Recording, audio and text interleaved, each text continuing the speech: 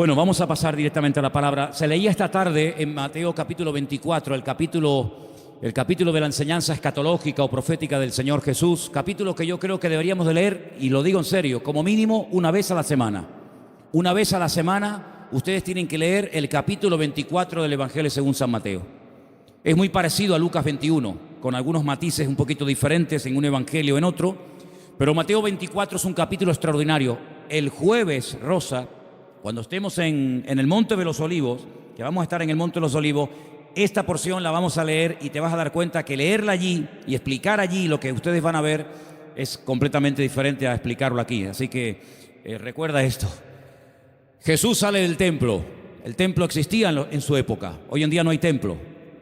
Hace 2000 años que se fue destruido el templo por las legiones del Imperio Romano. El sueño dorado de los judíos o de muchos de ellos es la restauración del templo, pero en los tiempos de Jesús ese templo existía. Era el centro religioso de la época, era donde estaba la presencia del Señor, donde la gente iba a adorar, donde la gente iba a cantar al Señor, a llevar sus diezmos, sus ofrendas, a alabar al Señor. Y cuando salían del templo, hemos leído esta tarde que los discípulos, como buenos judíos, se sentían muy orgullosos de ese templo, que Herodes lo había ampliado. Saben que era el segundo templo que se construyó en la época del retorno de Babilonia, cuando volvieron de Babilonia con Esdras, Nehemías, con Zorobabel, pero Herodes lo amplió y lo llenó de oro por todas partes, un templo increíble, un templo tremendo. Los romanos se quedaron sorprendidos cuando lo vieron, dijeron: los judíos son poco tontos, construyen un templo tan grande y está vacío, no tiene ningún ídolo dentro. Es que Dios no es un muñeco que se pueda hacer de oro, de plata o de piedra, ¿verdad? Y cuando salían del templo, los discípulos le muestran al Señor las maravillas de ese templo, lo grande que era, lo enorme que era, lo hermoso que era, y el Señor les da un golpe bajo. El Señor le dice: observarlo bien, mírenlo bien, porque en menos de una generación no quedará piedra sobre piedra de este templo. Efectivamente, 37 años después de lanzar esta palabra profética, 37 años después, el templo quedó totalmente destruido hasta este momento. Desde el año 70 después de Cristo hasta este momento, no hay templo en Jerusalén. Se cumplió literalmente la palabra. Pero la palabra golpeó tanto el corazón de estos discípulos que ellos salieron del templo, bajaron todo el torrente de Cedrón, lo subieron, se van al Monte de los Olivos, y allí dice uno de los evangelios que solamente 4 de los 12 se acercan al Señor y le preguntan aparte: ¿cuándo? ¿Cómo? ¿Cómo va a ocurrir todo esto? ¿Cómo que nuestro templo va a ser destruido?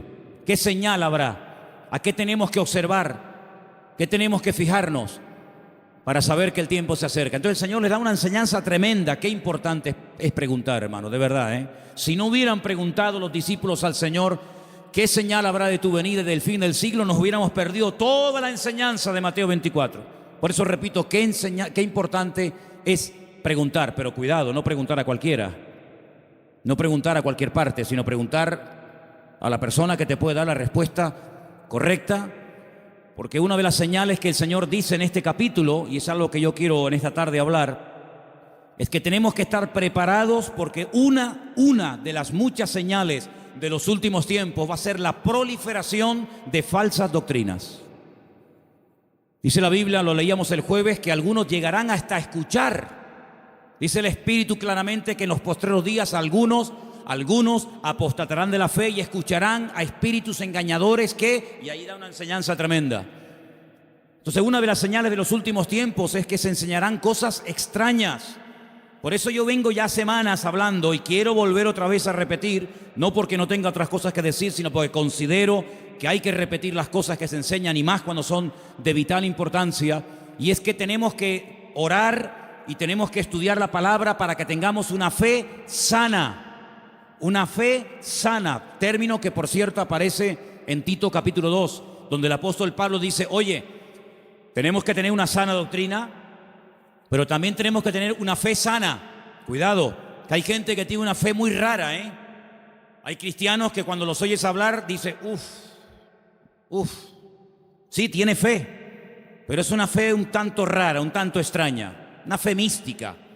Yo puse unos ejemplos unas semanas atrás, no sé cuántos de ustedes lo recordarán, cuando algunos discípulos dijeron al Señor: Señor, no nos quisieron recibir. No nos han dado la bienvenida. ¿Tú quieres que oremos para que caiga fuego del cielo y lo destruya? Si dice, alto, ¿qué estáis diciendo? ¿Estáis locos? Tenían fe, pero cuidado, la fe no es para destruir, la fe no es para hacer daño, la fe no es para orar para que caiga fuego del cielo. Dice, ustedes no saben bajo qué espíritu, bajo qué influencia espiritual están ustedes hablando. Que no. El apóstol Pablo, ¿os acordáis? Le decía a Timoteo, la fe que ahora tienes es una fe no fingida, es una fe sincera.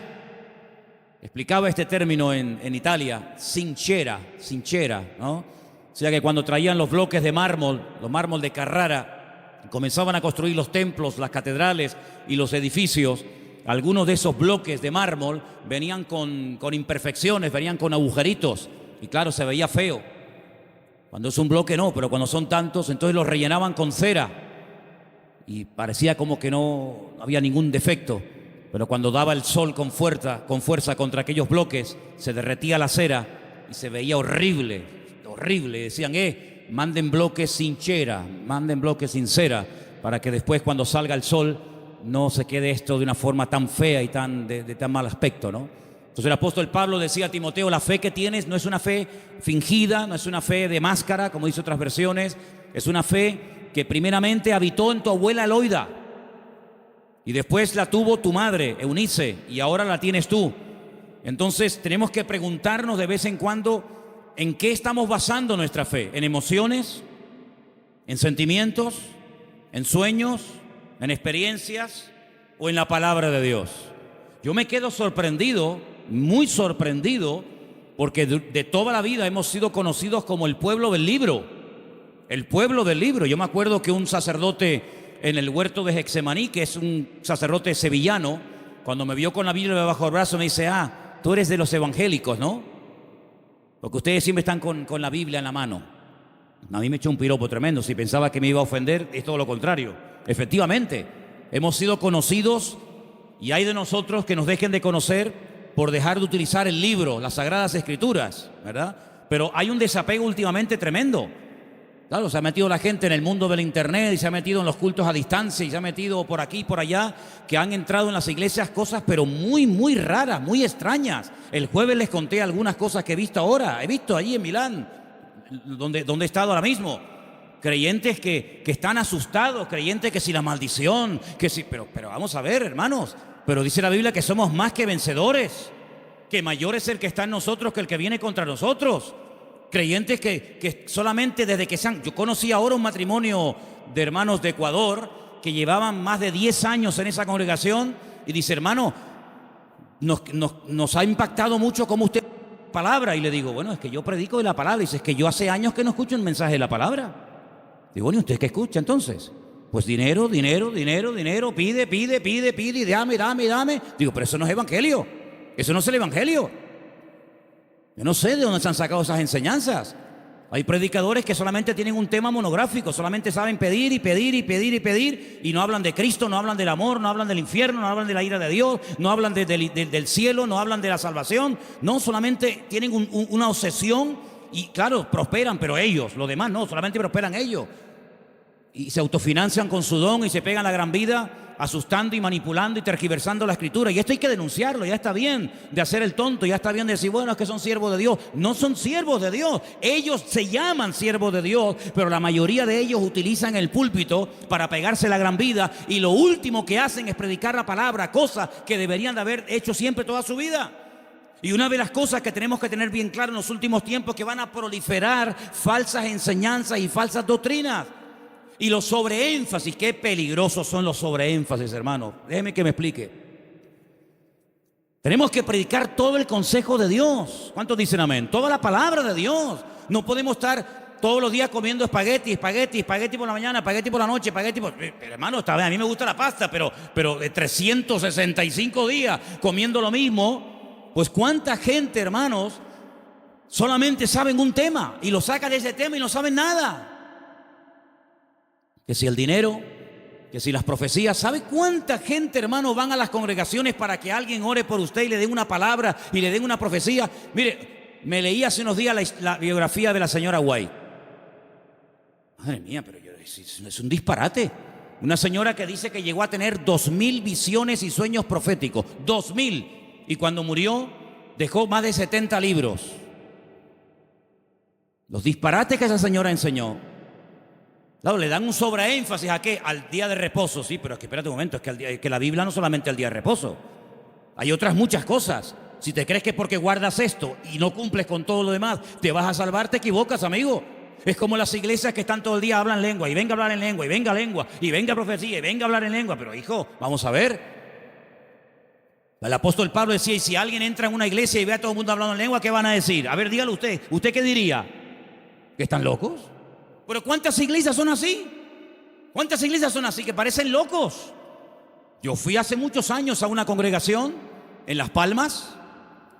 Y bueno, yo estaba predicando y en medio de la predicación se levantaba la gente, se caían ahí al suelo y empezaban a gritar y a revolcarse. Y yo decía, ¿qué le pasa a esta gente? Entonces yo miré al pastor que estaba allí y le digo, ¿qué le pasa? Dice, no, es el poder de Dios. Digo, ¿cómo es el poder de Dios? Pues si está haciendo el perro. Estaba haciendo el perro. Y el otro en la esquina poniendo un huevo. Pero qué poder de Dios. La Biblia dice en Romanos 12 que el Señor es nuestro culto racional. Por favor, que parece, damos una imagen, nosotros no, gracias a Dios, pero ¿cuántas iglesias dan una imagen al mundo de que son locos? Y ya está bien, hermano, de callarnos. Y ya está bien de decir, bueno, son así. No, no, no, son barbaridades que avergüenzan al evangelio. Y tenemos que denunciarlo, porque el que sabe hacer lo bueno y no lo hace es copartícipe con eso. No les contaba el jueves que acabo de conocer ahora a un pastor en Milán que se tira en la plataforma cuando llega el momento de la ofrenda y le dice a la gente que lo tienen que tapar con dinero. ¿Pero cómo? Sí. Él dice, no, mira, aquí todavía se me ve algo de tela, tienen que tapármelo. Increíble.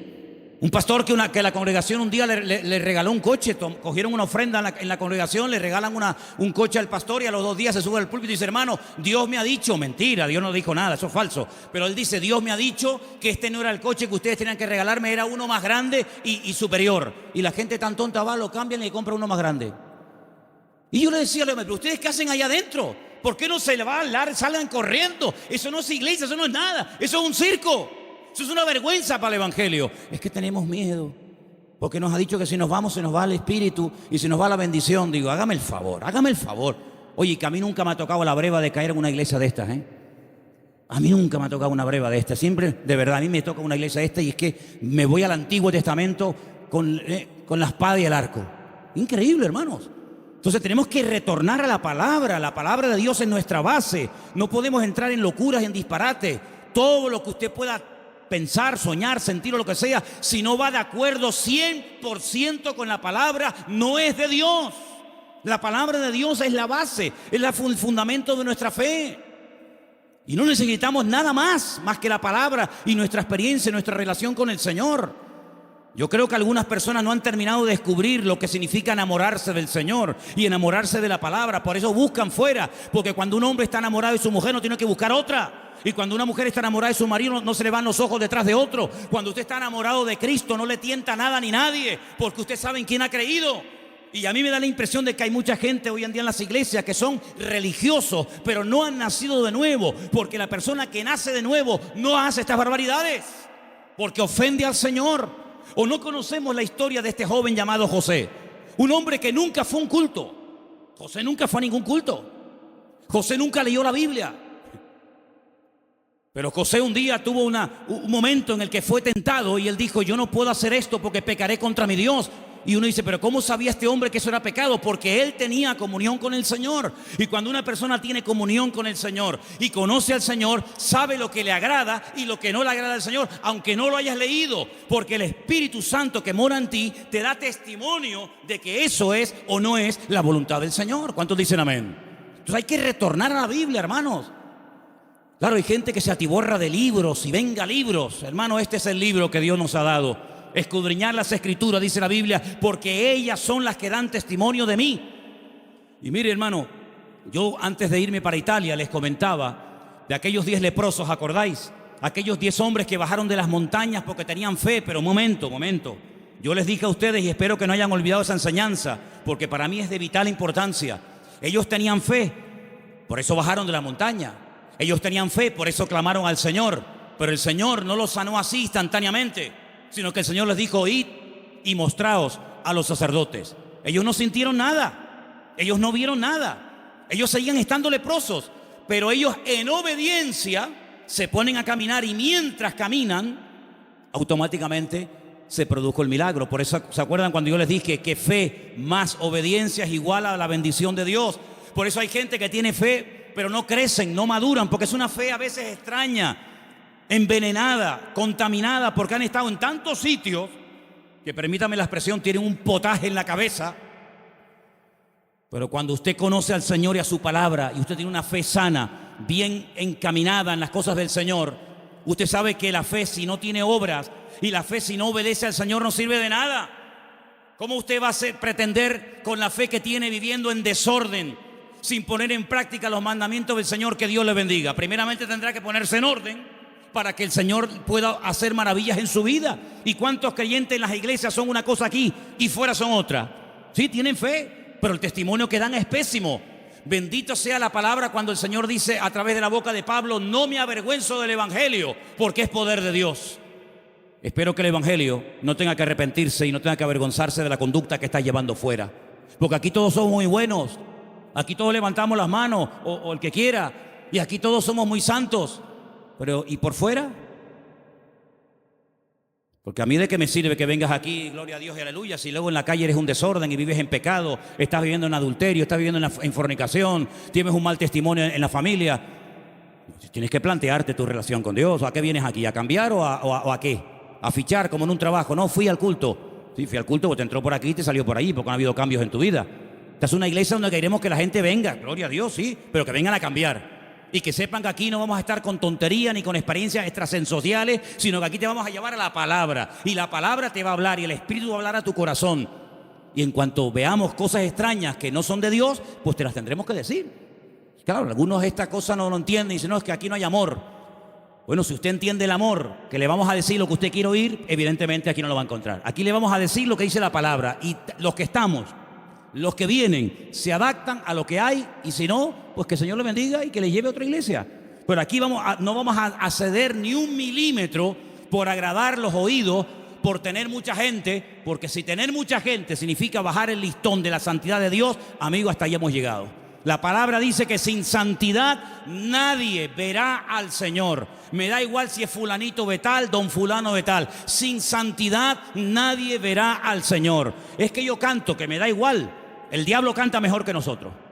Sin santidad nadie verá al Señor. ¿Qué es santidad? Vivir como Dios manda. Es que yo no quiero vivir como Dios manda. Pues a ver lo que haces. A ver lo que haces. Porque tarde o temprano te vas a sentir confrontado con la palabra. Claro, la carne siempre te va a decir que no pasa nada. ¿No se lo dijo Satanás a Eva? ¿Qué le dijo Satanás a Eva?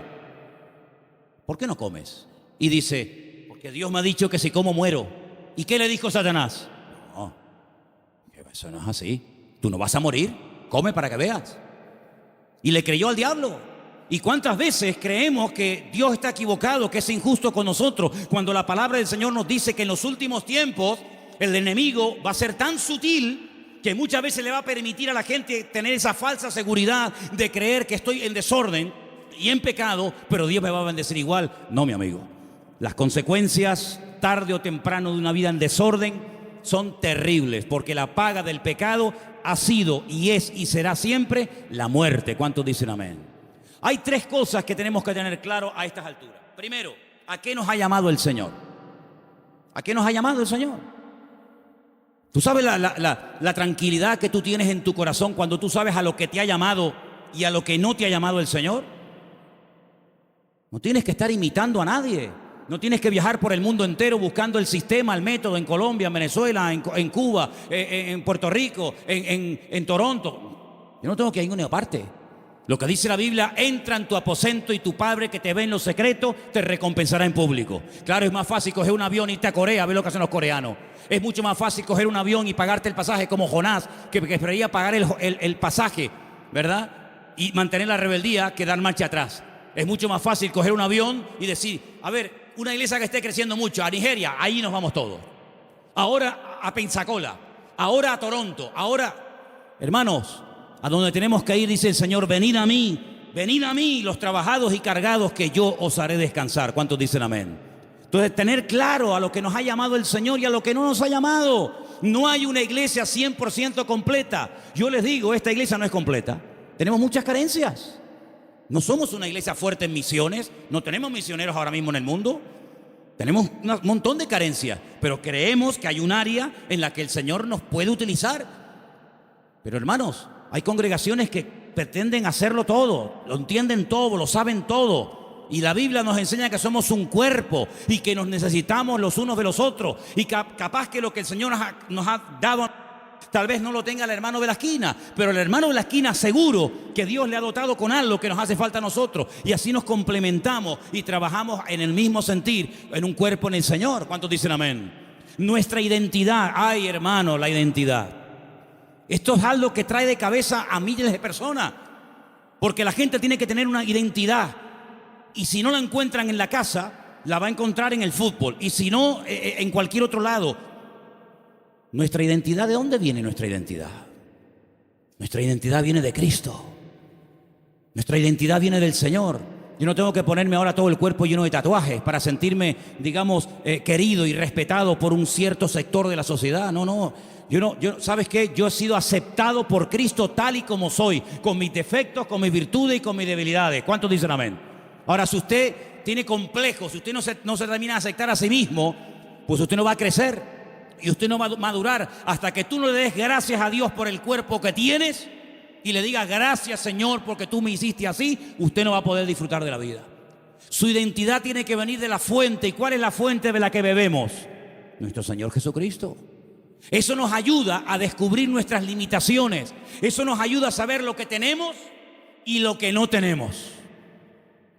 ¿Han oído el pasaje del libro de los Hechos cuando dice la Biblia que a la hora de la oración subían Pedro y Juan al templo a orar y dice que había ahí un mendigo que les pidió limosna? Lo conocéis, ¿verdad? Conocido. ¿Qué le dijo Pedro al paralítico? No tengo. ¿Qué? Fíjate tú, un hombre que con la sombra sanaba a los enfermos. Un hombre que oró por muertos y los resucitó. Un hombre que caminó por encima de las aguas. Un hombre que un día fue a pescar, le abrió la boca al pez y sacó una moneda dentro. ¿Te imaginas que nos pase eso a nosotros? Un hombre que vio milagros del Señor y dice, no tengo ni plata ni oro. ¿Tú te imaginas que ese hombre fuera un predicador hoy en día? ¿Sería multimillonario? Si muchos son unos mequetrefes que no saben ni hablar en público y viven a cuerpo de rey, tú imagínate un predicador hoy en día que tuviera el currículum que tenía Pedro. Sería algo increíble. Pedro dijo, no tengo ni plata ni oro, pero tengo algo que ni con todo el oro del mundo puedes comprar.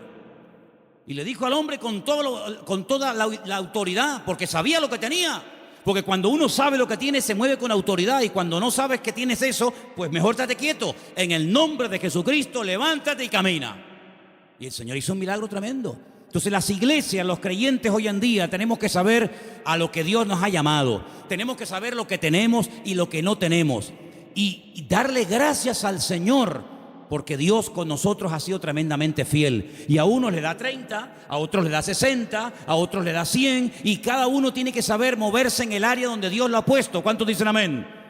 Pero no escondas, como decía Pierre hace un rato, no escondas el talento bajo tierra. Porque hay gente que a lo mejor tiene un talento, pero no lo usan. Y yo conozco muchos creyentes que no están usando lo que Dios les ha dado. No lo están usando. Están más preocupados en conseguir un buen trabajo que en servir a Dios. Están más preocupados en pagar lo que deben que decir, Señor, yo todavía no sé el don que tengo. Si yo me pusiera a preguntarle a muchos creyentes hoy en día, ¿cuál es el don que Dios le dio a usted? ¿Cuál es el don que Dios le dio a usted? Muchos dirían, no lo sé. Y llevan toda la vida en la iglesia. Entonces, en estos años, ¿qué has hecho? Porque si no sabes a lo que Dios te ha llamado, si no sabes cuál es el don que tienes, la pregunta es, ¿usted qué ha hecho en los 10 años que lleva en el culto? ¿Qué es lo que usted ha hecho? Queridos hermanos, es el tiempo de que le preguntemos honestamente al Señor, y está el año a punto de terminar, Señor, ¿en qué área tú quieres utilizar mi vida? Porque el Señor tiene grandes sorpresas para todos y para cada uno de nosotros. ¿Cuántos dicen amén? Ahora, hermano, escúcheme una cosa. Dios quiere que crezcamos en todas las áreas. Como dije antes, el sobreenfatizar algo, el crecer demasiado en un área, olvidándonos de otras, lo que produce son monstruos. Hay gente que le da un énfasis tremendo a la oración. Y claro, la oración es muy importante, hay que orar, claro que sí. Pero no tienen ni papa, no tienen ni idea de la Biblia. Por otra parte, hay gente que está todo el día con la Biblia, leyendo, memorizando y estudiando, pero nunca oran. Luego, tenemos que crecer con un equilibrio, de tal manera que no seamos como un monstruo que crece mucho en un área, pero nada en otro área. Y tenemos que dedicarle tiempo al Señor a decir, Señor, yo quiero crecer espíritu, alma y cuerpo, como dice la palabra. ¿Cuál fue el último libro que leíste? Sin contar la Biblia. ¿Cuál fue el último libro que leíste? Hay cristianos que no leen nada. Hay cristianos que no leen nunca nada. ¿Cómo van ustedes a contactar y cómo van ustedes a evangelizar y cómo van ustedes a dialogar con personas del mundo que no leen la Biblia, sino que leen y están preocupados con otras cosas? Si tú no estás puesto en lo que el mundo habla y comenta, ¿cómo vamos a alcanzarlos si no saben ni por dónde empieza una conversación, ni por dónde termina? Hay gente que no trabaja, ni estudia, ni hacen nada, y son las víctimas y son las personas más propensas a caer en desánimo, en depresión y en pecado. Una vez leí un refrán, no es bíblico, pero decía algo así como: Satanás busca a una persona desocupada para darle una ocupación. Grandes hombres de Dios a lo largo de la historia no cayeron en el campo de batalla mientras servían al Señor. Grandes personajes de la historia no cayeron cuando estaban activos sirviendo al Señor, sino en tiempos de ociosidad, cuando se aburrían, cuando no tenían otra cosa que hacer, porque para pecar hace falta tener tiempo. Por lo tanto, no desperdicien el tiempo, hermano. Pídanle al Señor: Señor, ayúdame a utilizar el tiempo. Si tienes tiempo libre, ponte a orar, congrégate, busca un libro, un buen libro para estudiar, para servir al Señor, para prepararte, pero no estés todo el santo día sin hacer nada, porque eso tarde o temprano se va a volver en tu contra y te va a crear grandes problemas. Quiero también comentar algo que para mí es de vital importancia. Hay gente que por la timidez, por el temor, por el miedo al qué dirán, no terminan nunca de dar el paso. Y déjame que te diga que hay una mujer en la Biblia que tenía un tesoro increíble, lo quería consagrar, lo quería entregar al Señor, pero no fue de utilidad su tesoro, no fue de bendición lo que ella tenía, hasta que rompió el vaso de alabastro y ungió con ese perfume al Señor, y dice que toda la casa se llenó del olor del perfume. ¿Cuánto tiempo hace que no caes quebrantado en la presencia del Señor? Hay gente que tiene los ojos muy secos, hace tiempo que no lloran, que no se quebrantan en la presencia del Señor. Viven secos como palos, como aquel valle de huesos secos, que dice que eran muchos, pero estaban secos. Estaban secos, no había vida, no había espíritu en ellos. Y le dice el Señor a través del profeta Ezequiel: profetízale a los huesos, háblales a los huesos. Dice que cuando entró el Espíritu de Dios en ellos, se convirtieron en un gran ejército. No seas un hueso seco en un culto, no seas un hueso seco, escucha que te escucha, escucha que te escucha, pero nunca compartes la bendición, nunca abres tu corazón a otras personas que están igual o peor que tú en un momento determinado. Pídele al Señor antes de que finalice el año, que está ya, como quien dice, a la vuelta de la esquina, poder ganar almas a los pies de Cristo. ¿Cuál fue la última persona que ganaste para Cristo? Yo estoy seguro, no lo voy a preguntar, porque no quiero que te sientas mal. Bueno, sí quiero que te sientas mal. Sí. No, que si no sería falso. Sí quiero que te sientas mal. ¿Cuántas almas has ganado para el Señor en este año? ¿10? ¿5? ¿1? No has ganado a nadie este año. Si yo no gano ni un alma para Cristo en un año, yo me muero. Le diría al Señor: Señor, llévame contigo. Ya mi ministerio se secó, ya se secó. ¿Sabe lo que pasar 365 días, viajar, comprar, ir de vacaciones, disfrutar de la vida, de lo que tienes, trabajar, estudiar y no ganar ni un alma para Cristo? Eso se llama esterilidad, amigo. ¿Y cuántos creyentes son estériles? ¿Cuántos creyentes son estériles? No han tenido el privilegio de llevar ni a uno en 365 días a los pies de Cristo. ¿Cuántas Biblias has repartido este año? ¿50? ¿25? ¿10? ¿Ninguna? ¿Cuántos folletos has repartido este año para invitar a alguien a un culto? Hablarle del Señor. Esa es nuestra realidad. Esa es la realidad del pueblo de Dios. Por eso cuando me dicen, hermano, ¿por qué hoy en día no hay tantos milagros como hace 2000 años? Que es normal. Porque el nivel de consagración y de compromiso del creyente del siglo XXI no tiene nada que ver con el creyente de los primeros siglos de la era cristiana. Aquella gente vivía para y por Cristo. Estaban obsesionados con el Señor. Hoy en día es muy difícil encontrar a uno en una iglesia que tenga las ideas claras, que dedique tiempo a la semana, 1 hora a la semana, un par de horas a la semana, para decir, ahora no voy a trabajar, no voy a ni móviles, ni internet, ni nada, sino voy a salir a la calle a ver si el Señor me pone a alguien en el camino, voy a evangelizar a un chico en el parque, a una señora que esté por ahí caminando. Es muy difícil encontrar a jóvenes, incluso hoy en día, obsesionados por Cristo. Yo le decía hace poco a un pastor, en mi época, cuando yo me convertí al Señor, todos los jóvenes en mi iglesia solamente queríamos una cosa: ir a la escuela bíblica, prepararnos y servir al Señor. Esa era la obsesión. Llegamos a ser hasta criticados. Algunos de la congregación decían, pero ¿ahora qué pasa? ¿Que todo el mundo se quiere ir al seminario y prepararse para servir al Señor? Hasta recibimos crítica en aquellos tiempos. Y en aquellos años surgieron un montón de pastores que hasta el día de hoy, son los que están. Pero pastores que ya tenemos 50 y pico años largos, porque te hablo hace ya 30 y tantos años atrás. Bueno, pues 35 años han pasado desde que yo estoy sirviendo al Señor, y yo no he visto que ese deseo de servir al Señor a tiempo completo, como misionero, como pastor, como evangelista, como lo que sea, se ha ido diluyendo, se ha ido perdiendo. Y tú puedes observar hoy en día en los púlpitos que los pastores pues ya tienen de 50 años para arriba, si no más. Dime qué pastor hay, nómbrame 10 pastores en Tenerife que tengan 21 años, como yo fui el primer pastor. Bueno, yo fui pastor con 19, pero dime 5 pastores en Tenerife que tengan 20 años y que sean pastores en este momento con 20 años. Ni uno. En mi época todos teníamos esa edad. Empezamos con 19, 20, 21 años hasta ahora. Tenemos que recuperar tantas y tantas cosas. En mi época no había la mayoría de las cosas que hay hoy en día. En mi época no había WhatsApp, no había internet, no había páginas web.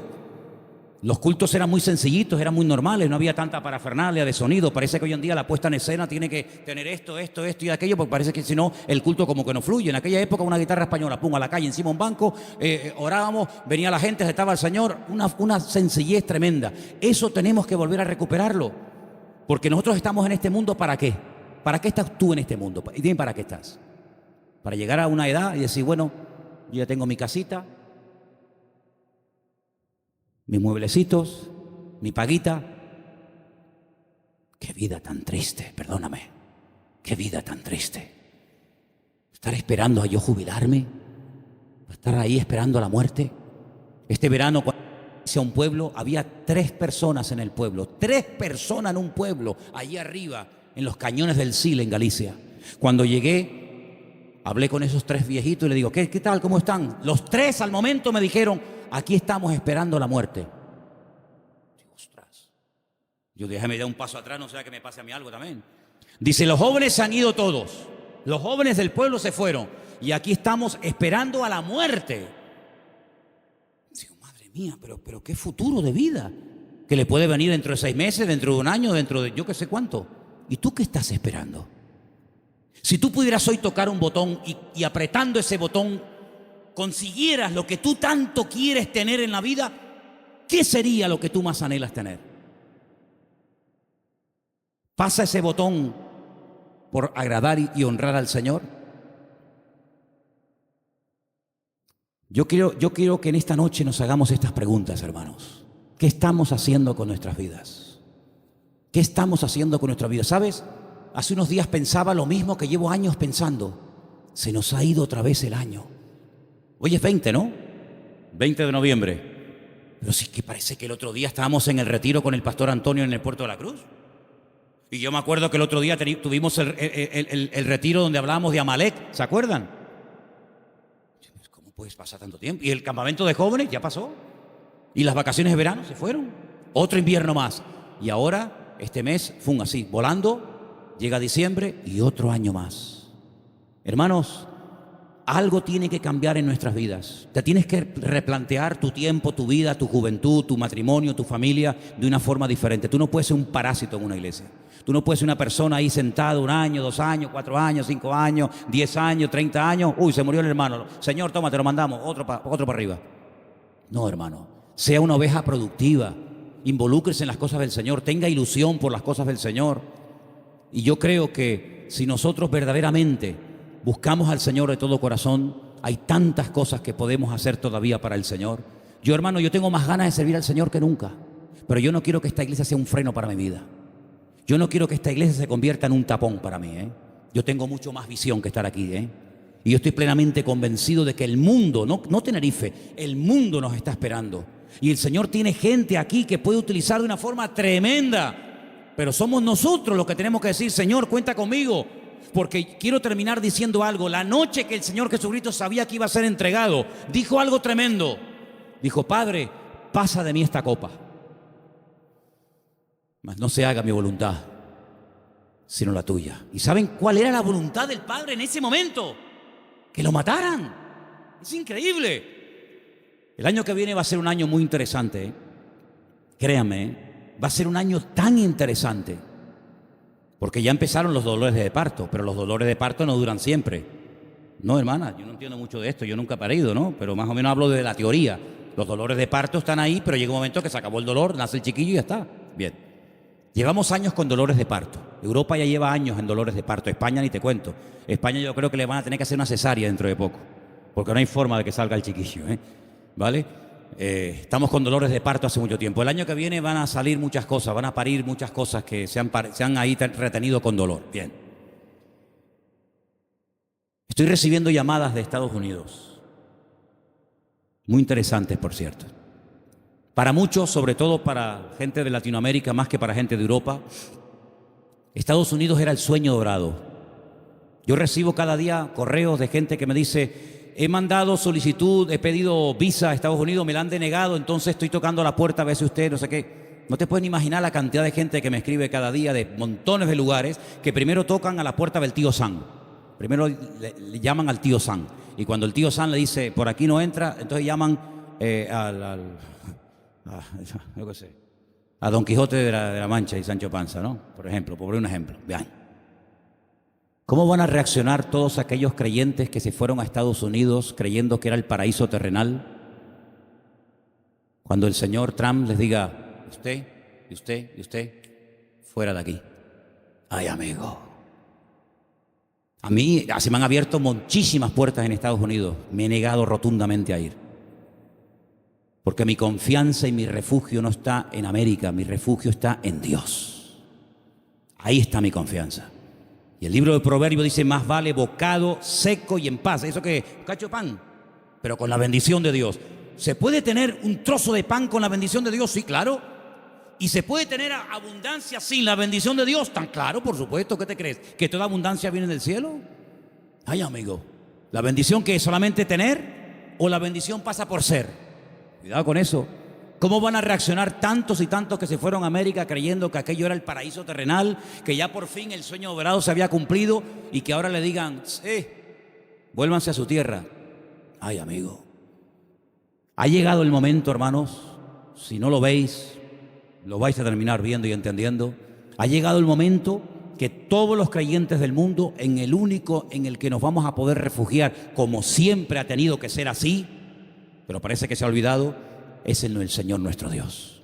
Él es nuestro pronto auxilio en las tribulaciones. Me llaman hermanos de Estados Unidos, ya han empezado las pintadas en iglesias evangélicas de hispanos diciéndole, váyanse a su tierra. No te puedes ni imaginar cuántas. Claro, eso no sale en las televisiones.